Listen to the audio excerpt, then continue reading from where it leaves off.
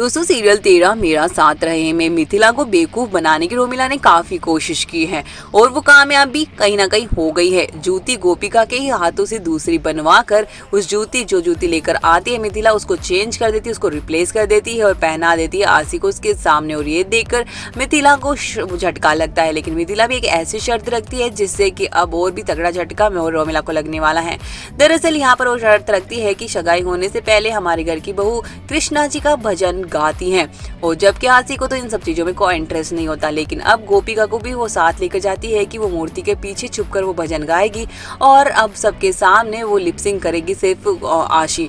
लेकिन यहाँ पर भी बड़ी चालाकी से मिथिला को समझ आ जाता है कि भाई आशी ये भजन नहीं गा रही है, यहाँ पर भजन तो कोई और ही गा रहा है, आवाज कहीं और से आ रही है। और मिथिला उसके पास में खड़ी होती है और उसे आवाज नहीं वहां से नहीं मूर्ति के पीछे से आती है और वो जाकर देखिए पीछे से जहाँ पर गोपिका ये भजन गा रही होती है। और अब कृष्ण जी ही बचाएंगे कि अब गोपिका की शादी जनार्दन के साथ ना हो। यहाँ पर तो मिथिला गोपिका को नहीं पकड़ पाएगी, वो पकड़ पाएगी तो यहाँ पर मंदिर में, जहाँ पर वो मंदिर में जाती है और उसकी उलझने बढ़ती जा रही है कि आखिर उसे समझने में कहाँ गलती हो रही है कि आशी तो वो लड़की नहीं है, वो एहसास उसमें नहीं है जो कि गोपिका में था जब वो आग से उसे बचा रही थी।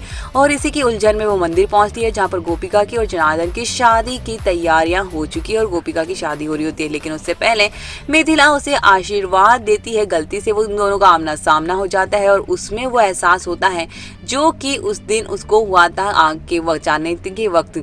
और वो पहचान जाती है कि यही गोपिका है और यही उसके घर की बहू बनेगी और वही जूती उसने पहनी होती है।